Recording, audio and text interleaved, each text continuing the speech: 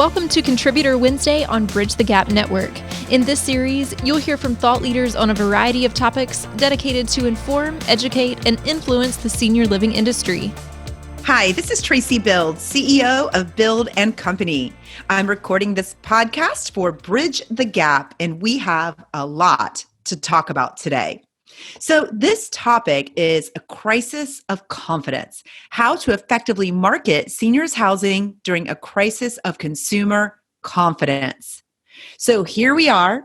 At the time of this recording, it's September 2020, and we're dealing with the devastation of COVID-19. And in particular, the media chaos it's created within our industry, which really has been lumped in with the skilled nursing space that caters to a much higher acuity resident who's much more frail and more likely to get COVID than an individual in an assisted living or independent living community, or even an active adult or CCRC. So the goal of this podcast today is to really have a candid conversation about the problem. What is the problem we're facing right now? It's a crisis in confidence. How do we pivot and rebound from that? What is the solution? I'm going to be talking to you today about communication and PR strategies. These are complex, time-consuming, but if you've spent the last 1 to 2 decades building a phenomenal business that takes care of seniors and provides a lifeline of support to families and employees, there is nothing more important for you as an executive in this space than to stop and learn or get a strategy in place to combat what is happening to our industry, because this is affecting you, your brand, your business. So we're going to look at what should that communication look like? And I'm going to give you some nuts and bolts, fantastic resources that you can utilize to begin learning how to really have an effective PR presence in your local market and nationally or globally, if that's your desire. I'd like to start by just looking at some people that we know in that celebrity world who have really gone through this in the past, or other CEOs or industries. This is not the first time, clearly, this has happened to an industry. It's just the first time it's happened to our industry in such a difficult way. So I'd like to start with the CEO of Mattel, and some of you may remember this back in 2008. So Bob Eckert was the chairman and CEO of Mattel, and he had said that he would never forget the way he spent his 53rd birthday on August 14th, 2008. He sat in front of a television camera in a conference room in their headquarters in California, delivering the same bad news over and over and over. Mattel was actually recalling more than 18 million toys, the most in the company's history. And if you recall, it was because of lead paint and design flaws. And there would actually be more recalls to come. And what was interesting is that Eckert delivered both the same messages to the public as he did to his employees. His emails, phone calls, and meetings all emphasized one clear message. No matter what the impact on the company's revenue, safety came first. So Mattel committed to fixing the toy problems and protecting children's safety no matter what. So the first thing I want to just ask you, if you're taking notes or you're just, kind of thinking in your mind as you listen to this podcast, is you have to decide, especially if you're an executive, an owner, a developer, an operator, what is your one key message? And I know it's really easy to think, well, I have 3 or 4, right? That's sometimes easier than really owning one. But we need to keep it simple, and we need to train our entire organizational field to be able to reinforce that one message at the site level. So his was that safety came first. above revenue, they were going to protect the safety of the children at all costs. So according to different news reports, and Eckert was a father of four, he really believed that in the long run, no matter how difficult this was, that his company would be better in the long run. So he really went into this with a very clear intention. So after the fact, when he recorded these media interviews, Fortune magazine spoke with him, and he really reflected on why the company didn't just weather this difficult storm, but they actually saw morale climb. Actually, all around the world, they just continued to apologize to parents. There were global recalls. And whenever there was the opportunity, they apologized to parents. And here's the reality. As we're seeing with Mattel, anyone who's in an industry or owns a business or runs a business of any significant size, a crisis will eventually test you. Anything can go wrong at any time, and the impact on your brand really is determined by one factor, and that is how you respond. And I'll tell you, this is something that I've learned in my life. My children know this, my spouse, my friends, my employees. My number one lesson as an entrepreneur for 30 years is that it's not what happens in life, it's how you respond to what happens. And that is so important right now. It's how you react at your best or your worst. Are you defensive, weak in your response, arrogant? And how you respond will determine how you control what's happening. And it's really important to handle this in your local market service area very swiftly, to help the damage be minimized. And you really do want to come out of this as a better company. So when you're looking at this crisis we're in of confidence, and I'm going to back this up here. I have a lot of papers printed out because there's just so much going on with this topic. But you might have seen the recent story in McKnight's, and it was polarizing to a lot of executives. 41% don't trust assisted living nursing homes to keep residents safe during pandemic, the survey said. They don't trust assisted living communities and nursing homes to keep older adults safe amid the coronavirus pandemic. And it goes on to say that 49.5% of baby boomers said they don't trust senior living and care providers to keep residents safe, whereas 43.9% of the silent generation report the same distrust, which usually they're more compliant. They're feeling vulnerable. And that compares to 42.3% of Generation X, which would be my generation who are caring for our adult parents, reporting distrust. That said, 43.1% of baby boomers responded that they trust facilities somewhat, as 51.4% of the silent generation, which means we have the ability to affect that. We have the ability to tip that trust in our scales.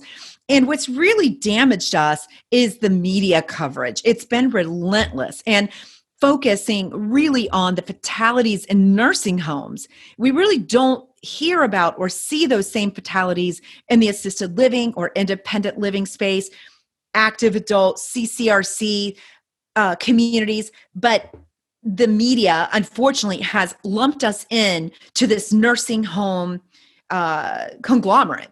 And we know that those residents in particular, because they're older, frailer, they're more vulnerable to the illness.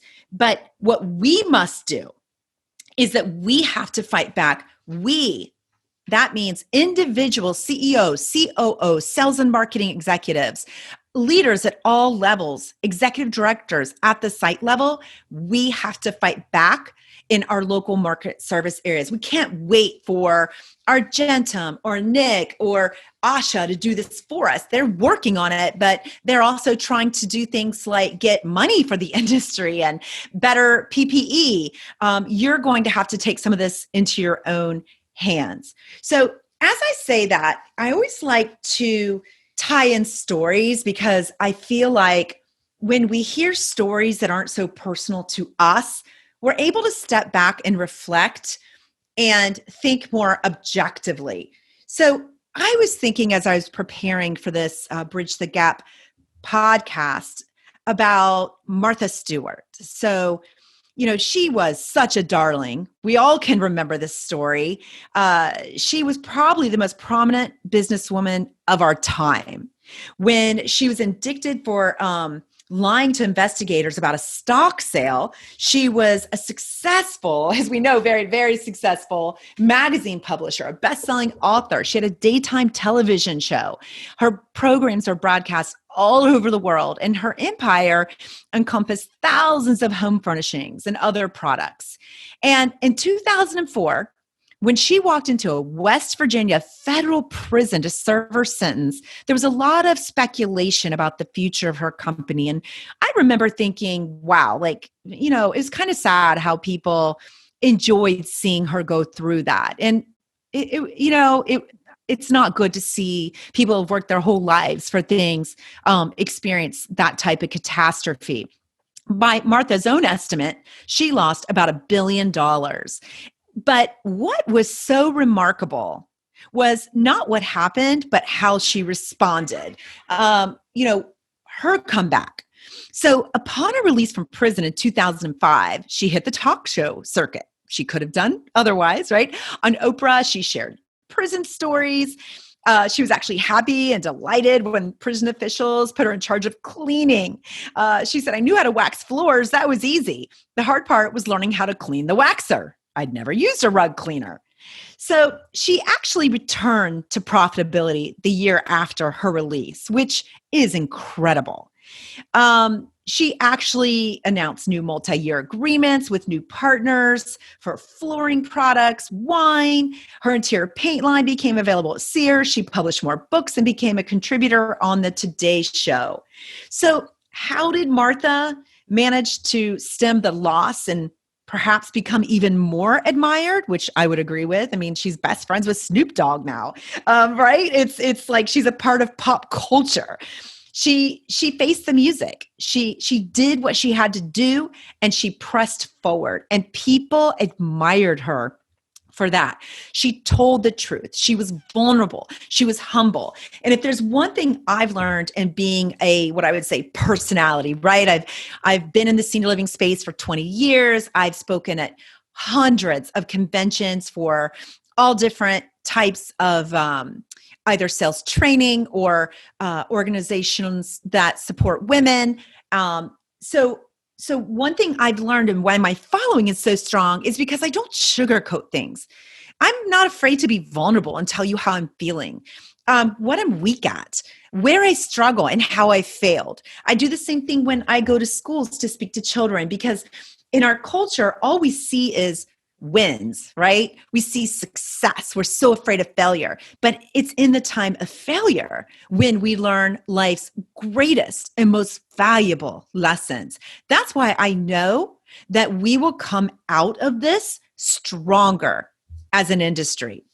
So what we need to do is decide as individual business owners how we will respond. So I have a list of things that I want to review with you. And really, if you can, you might want to have a pad and paper. I'm a teacher. I give real systems, processes. I don't like just to tell people what to do. My company is all about showing people how to do it for themselves, how to model and replicate success across the company. So we know that we have this crisis of confidence. Now, when we look at the numbers across all types of senior living, inquiry to tour, including virtual tours, is around 25%, which is low. So this is down from, I think the last I had seen was around 42% pre-COVID. So we've seen a big drop in tours. Now, It's getting a little better because operators are putting better systems in place, but we have a long way to go. What's interesting is that toward a move-ins really haven't seen a change at 35%. And actually with many of our clients, we're actually seeing this number increase, which tells us that those people who are inquiring are serious and they are moving. So what we really want to hunker down at is how do we get more people to inquire, which is what we're focusing on today, and how do we make sure our sales process and systems are in place to get that inquiry to tour conversion back up to what the Bild Co benchmark is, a minimum of 60% with a stretch of 75. So if we look at tours being down 25, 30% right now, you have the ability to impact that. So what I'm going to focus on, and in my other podcast, I focused a lot on that whole inquiry to tour piece. Today, I'm looking more big picture at communication, press. How do you tackle this? So here we go. Number one, we need a solution.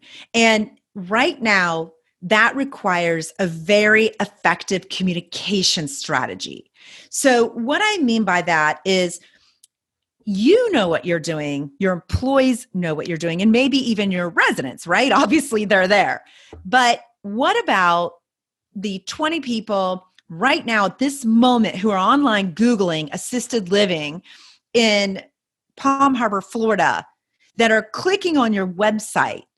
And they might go to 7 different websites, and it's very confusing. They all look the same. There's really nothing that's differentiating. And as I'm searching, I'm coming across these negative articles that are talking about how your loved ones might die if they move. And as we saw in the data, people are already concerned. They feel guilty when making this decision. Now we're adding on this very true evidence that the senior population is vulnerable.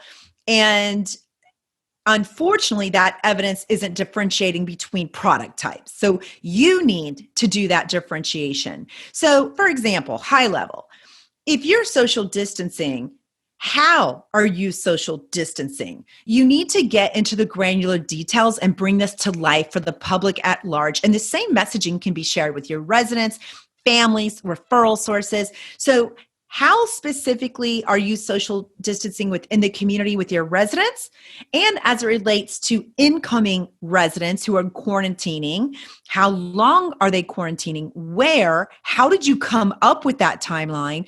Where and how are tours conducted, right? So you might think this is all, common sense. But what we do is not common to people who are very concerned and scared. We need to be very transparent. And you want to remember that you want to over-communicate and always share the why.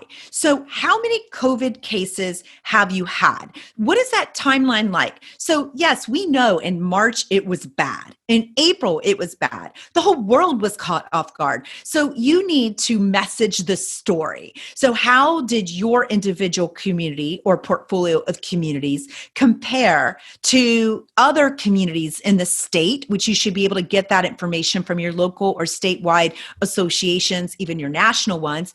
And how did you respond differently? And if you really did well during this period and did not have COVID, what did you do? How did you learn to do that? What impact did that have on your residents? And also looking at that you have to focus on what it is you want to message versus what you don't want to message. So if you have 100 residents and 1 had COVID, maybe 2 had COVID, we need to be very candid about that, but also saying out of 100 residents, we effectively protected 98 residents. And, maybe it's 75 staff members from COVID. And while 2 did get COVID, 1 was successfully returned back to her apartment, her home, and unfortunately we lost 1. And this is devastating to our staff, our community family, to the family of the residents. Here is what we've learned. Here's how we pivoted, right? So it's owning it. So look at Martha. Whoever thought Martha Stewart, right? The grand dame, so to speak, would go to prison? How humiliating.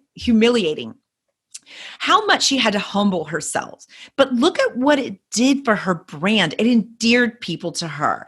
So it's really important that you have someone who can advocate through video.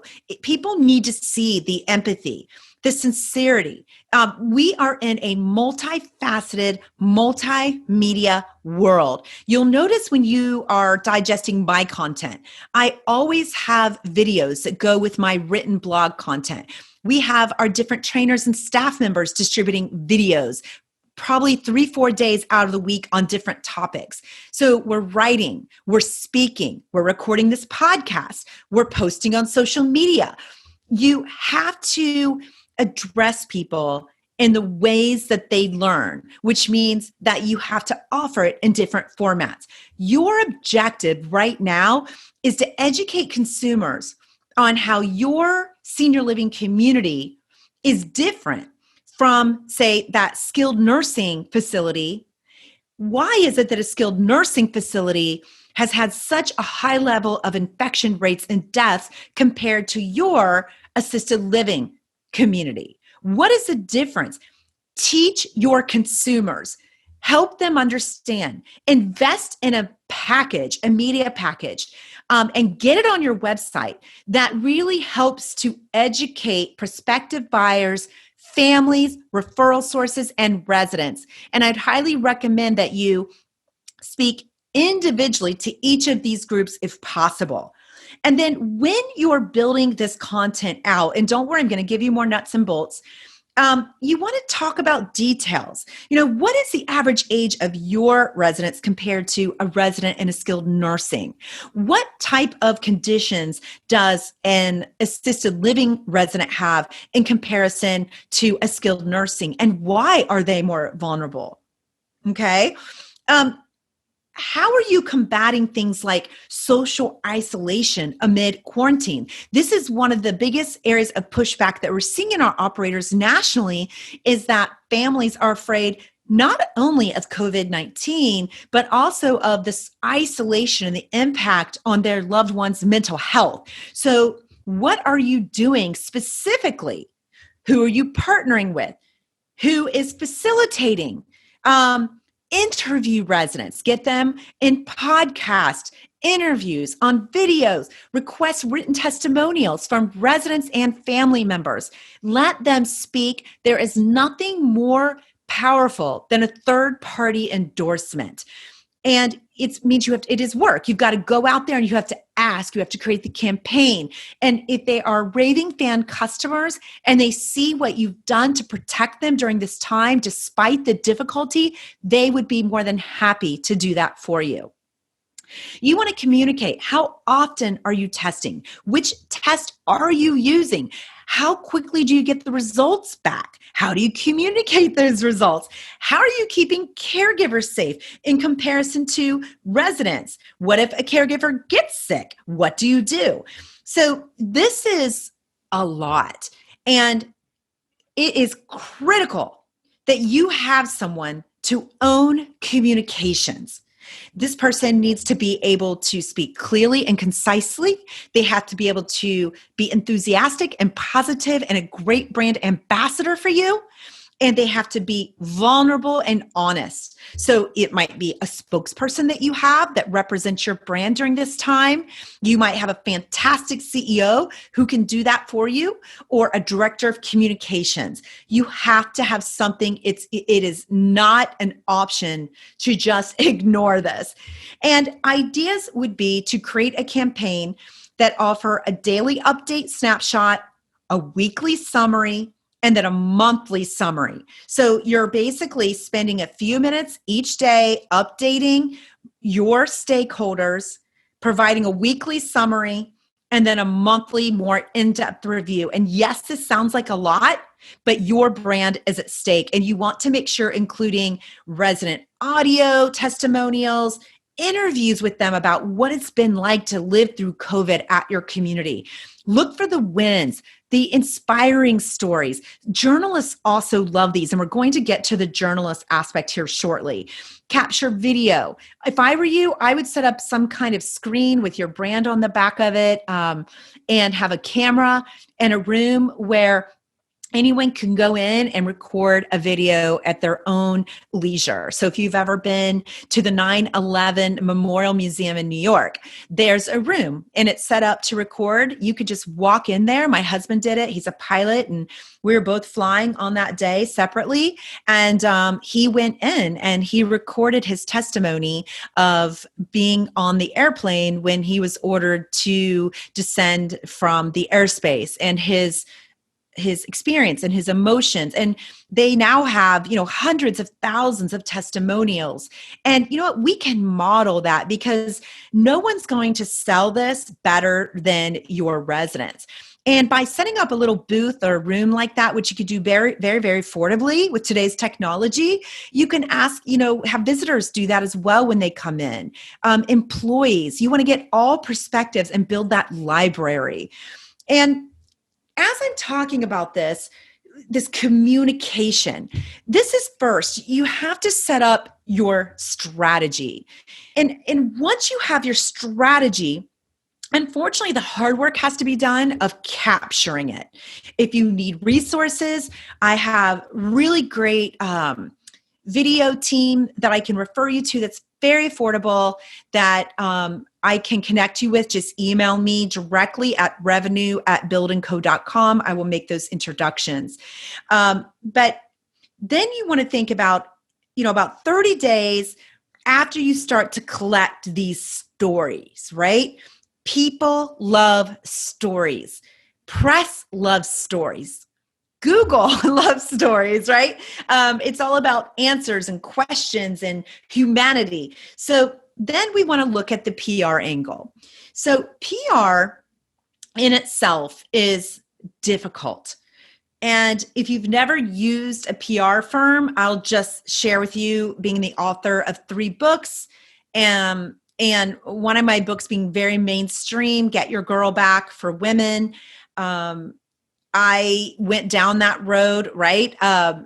Looked at hiring PR firms. Minimal was $15,000 a month, right? You can find it for $5,000 a month, but you're going to get what you pay for. So it's very, very expensive. And unless you're referred, in my opinion, extremely risky. PR is like shooting at a target board with a blindfold on and really not even knowing where the board is hung. I mean, it's very complex. So I'm going to show you how to do more of a do-it-yourself PR strategy. And if you decide to go this route, I'm going to give you some tools. Now, I want you to know that this is time-consuming. It's frustrating. But when you get one win, it is probably the most exciting thing ever. Now, if you're signed up for the NIC conference here in the fall, I'll be talking about this at my NIC panel session to some degree. So make sure you tune in to that as well. But there is an email that comes every day that you can sign up for. Okay, so write this down. It's called HARO. It's HARO. And that stands for Help a Reporter Out. Now, you can sign up to get this once a day. I get it morning, midday, and evening. And what this is, it's a platform to where reporters from all over the world, and you can designate if you just want the US, the world, whatever it is, will submit to HARO for stories that they're writing on. And what the HARO does is it connects the journalist with the experts or the individuals who can serve as a resource for the story. So this is something you want, because this means press. Now, when you sign up for HARO, it's overwhelming. It's very long, but you'll very quickly get the hang of it. So I just looked this morning, right? So the first thing that I get at the top of my list is health. It's all health related stories. It's broken up by topic type. And the focus I pulled just for this podcast is Seeking expert on caregiving. The source is Very Well Health. And if you click on that link, you can read the summary and decide, is this something I would want to be a resource for? Is this a periodical, a magazine, a news piece I'd like to be a part of? So this individual is seeking an expert on caregiving, which if you're listening to this, you must be, right? It tells you who the journalist is, the categories biotech and healthcare. We have the email to submit. And this is really important. I'm going to tell you how to submit, because if you do it wrong, you'll be deleted. And then she says, I'm searching for an expert on caregiving to comment on the recent report from Blue Cross Blue Shield on the state of caregivers in the U.S. So this is just one example. She said, my article will cover the recent research, but also focus on tips for caregivers when it comes to balancing caregiving and taking care of their own health. So what you would do is respond to this story, but it can't be about you. All right. So you got to get out of your box and think about the reader.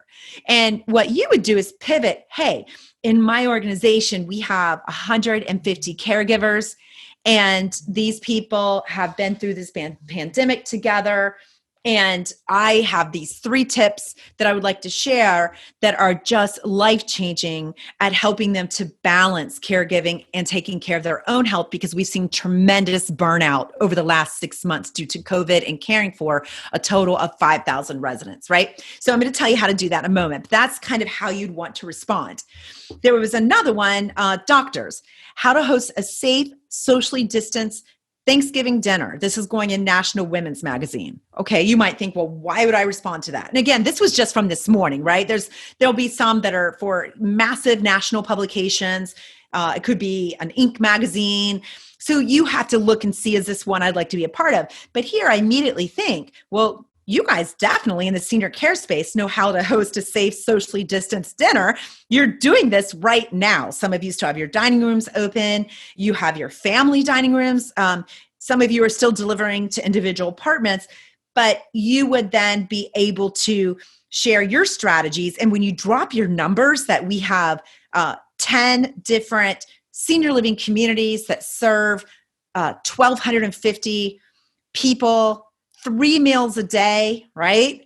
So you're serving, 3,000 plus meals, think about this.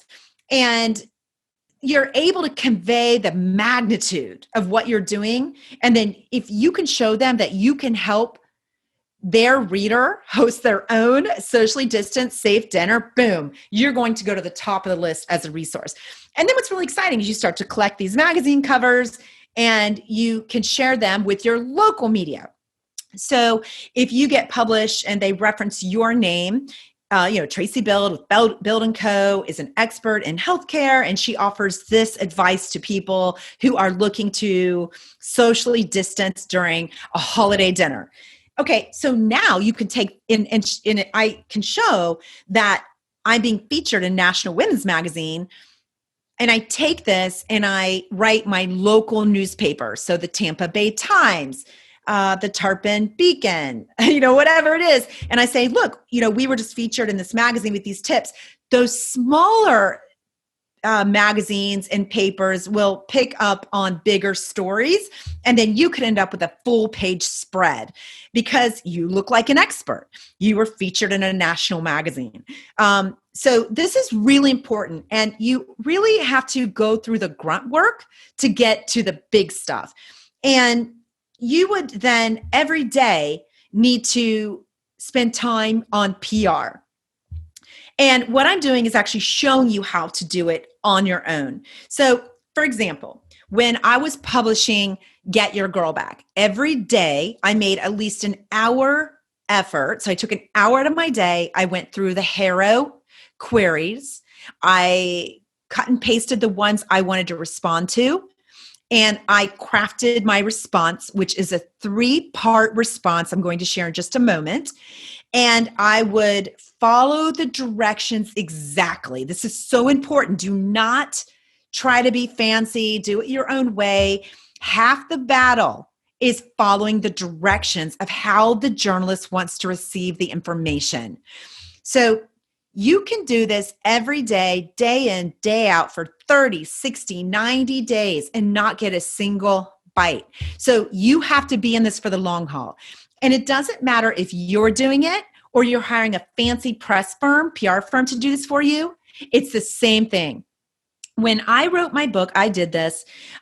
Ultimately, I was also blogging at the same time. I started to get my bites, right? So I ended up within a year being in USA Today, the Wall Street Journal. I was on the Today Show with Kathy Lee and Hoda, Sunrise Australia. What else? Lee Cowan, Sunday Morning News, which is millions and millions of Sunday morning viewers. Inc. Magazine, Entrepreneur Magazine. So there's so many more. And this is how I did it. So here's the thing. There's proof in the pudding here. So I am speaking from experience. I'm not telling you what to do because I read this somewhere. I've done this. So it's really important that you understand how important execution is. And of course, all of those bigger press, once you get into the national press, I mean, imagine if you could become an expert who's able to go on the nightly news and talk about and advocate for senior living and the good it brings to a senior's life amidst a pandemic compared to being at home alone and isolated with no access to, going to the grocery without being at risk or family, right? You can really speak candidly. So you got to really think with the end game in sight. My big end game was I wanted to be on a national show. And when I got the Today Show, it was just incredible. I'm not going to lie. It was amazing. So Weird Al Yankovic was actually in the green room with me. And for those of you that know him, you know what that means. It's just hilarious. I'm an 80s girl. So when you respond, follow the directions. I cannot say that enough. So it will tell you what they want. Only give them what they want. Do not promote yourself. Do not promote your company or your community.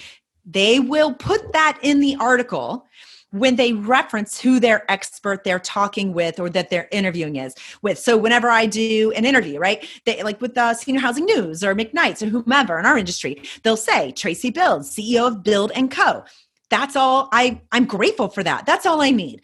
People can click on the hyperlinks. They can read about my company if they want to. The reason I'm there is to help the reader to solve the problem. So when you're responding, you always want to, in the subject line, I always put what the article name is that they're researching. So I want it to be right there, not in caps. I put it in lower. Then I very concisely have what I call an intro. So I'd put, like for this journalist here, hi, Jennifer. I'm responding for your query for caregivers to comment on your Blue Cross Blue Shield report on the state of caregivers in the U.S., period. Go down, hit the space bar, go down.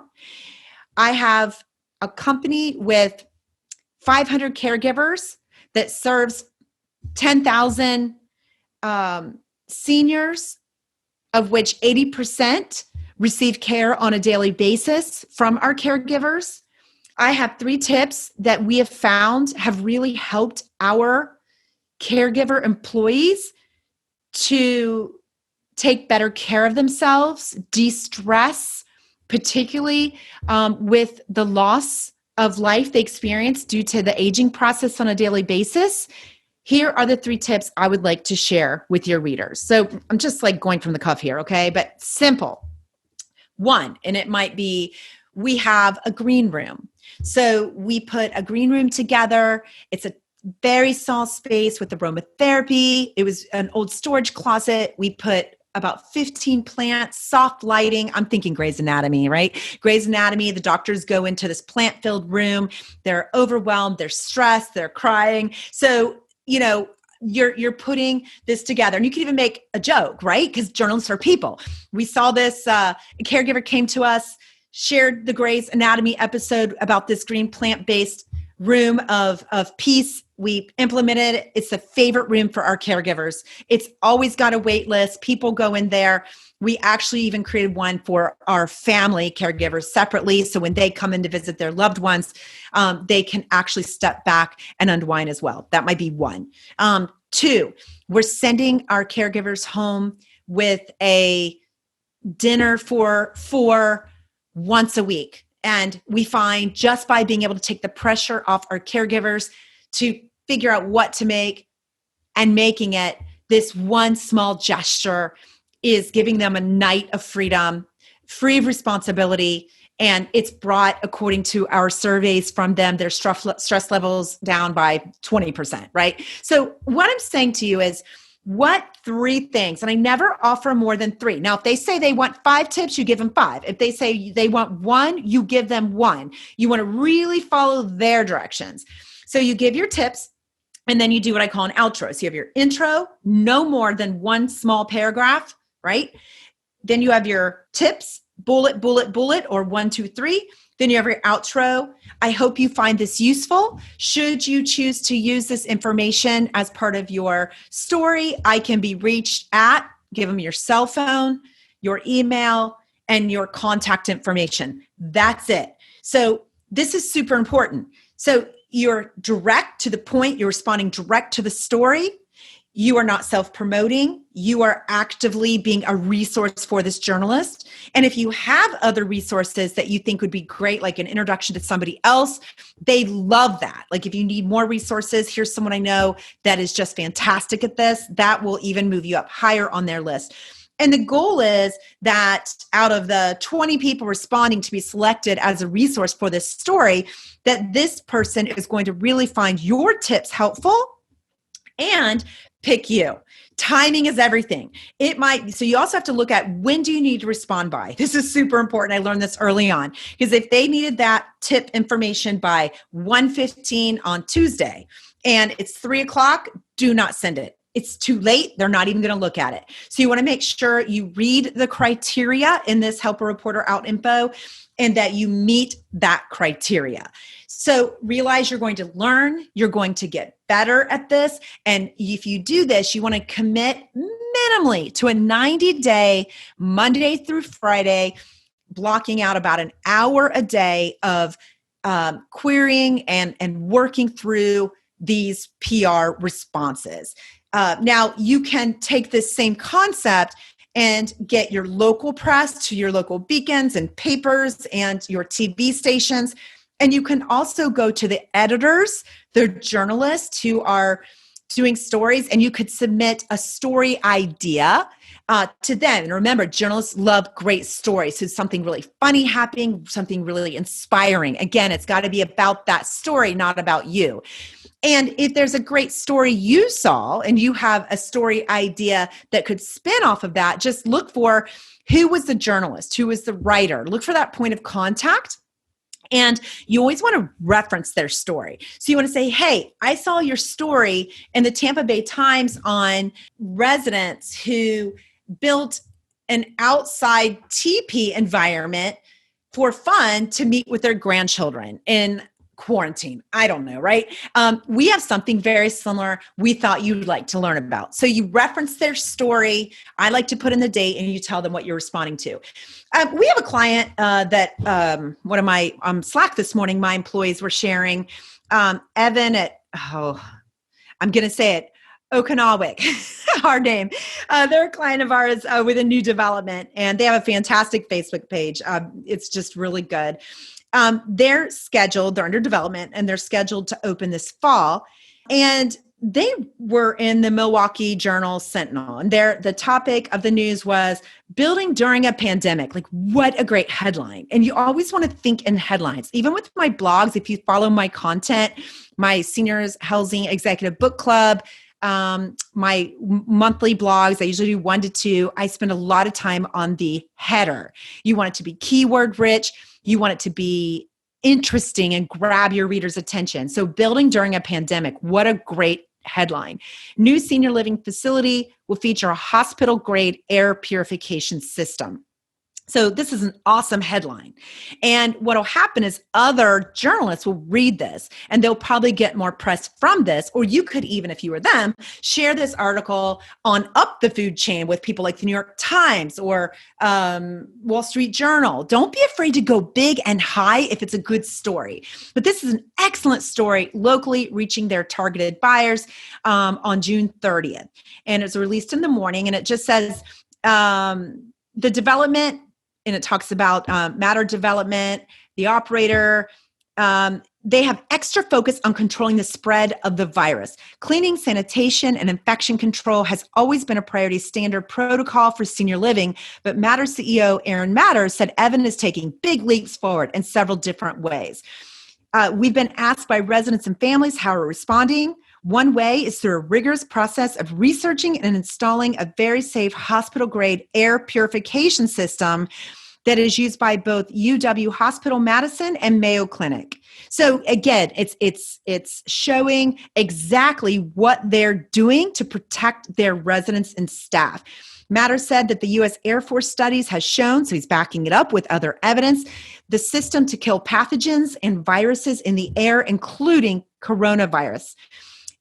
Every apartment in the building has its own entirely separate HVAC system. Common area HVAC is separate from the apartments. And memory care is separate from the rest of the community. And it just goes on. It's a really good interview. So they're really being very clear on the features that they have that are addressing the problems, the fears of moving into a senior living community. They went on to say that they feature keyless locks, a video-capable entry system for visitors so residents can see who's visiting them, commercial laundry machines for a higher level of sanitation, and state-of-the-art whirlpool spa tub with UV water purification system. We're creating a personal safety visitor lounge with a separate exterior entrance and special considerations that will allow the most opportunities possible for safe visiting by families and friends. So if there's another flare-up. So I wanted to share that because this is a perfect example of a great story and a local magazine that reaches the demographic you're trying to reach. But then I wouldn't stop here. I would take this and I'd feed this up to more of the state level, especially if you have a number of communities in your portfolio, because it gives you broad third-party endorsed credibility. And there's nothing more powerful than credibility. When I can put that I've been on the BBC, Inc. magazine, Entrepreneur magazine, it really adds a whole nother level of credibility that I could never pay for. It has been earned through blood, sweat, and tears. And in this moment, when one of our biggest problems is that 41% of people don't trust assisted living, nursing homes to keep residents safe during a pandemic, we must re-earn their trust. And we do this through education. Education is going to be dependent on communication and not just internally. You have to focus on getting that communication out there into the local communities at large, hyper-focused on your 5, 10, 15-mile radius. And then once you nail that, you should have all of your press contacts, and it's also important to follow them on Twitter and like social media, Instagram. Comment on their stories if you're doing it locally, because they will start to take notice of you. And like I said, this is a labor of love. It's like planting a garden of the slowest growing seeds you can ever imagine growing. But once they grow, right, it's like that lotus flower. It grows in the mud. So despite that horrible environment, it's one of the most beautiful flowers to bloom, but it has to get through the mud. This is what it's going to be like for you. Please feel free to reach out to me with questions, comments, if you need direction, advice.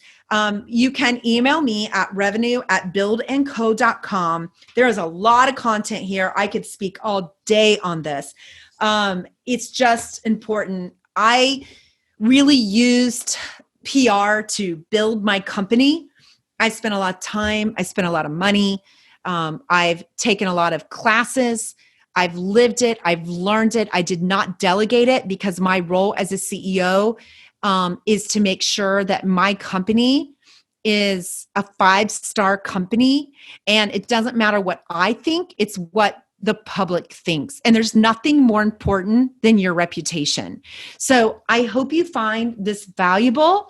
It's a complex but much needed thing. And guess what? You're going to come out stronger. And remember, it's not what happens. Step back, take a deep breath. Remember, it's how you respond to what happens. So I want to thank Bridge the Gap for entrusting me with their precious audience and allowing me to share these teachings with you. It's my passion, as you can tell. I love to take complex, difficult problems and break them down into digestible steps that create big wins for individuals and companies. That's what we do here every day at Bild Co. Need advice, need direction, strategy? Please just reach out. revenue@bildandco.com. You can also text me at 813-390-3349. Have a fantastic day, and I wish you great success in this next adventure. Thanks for listening to Contributor Wednesday series on Bridge the Gap Network. For more information about the contributors and for a full library of episodes, visit btgvoice.com.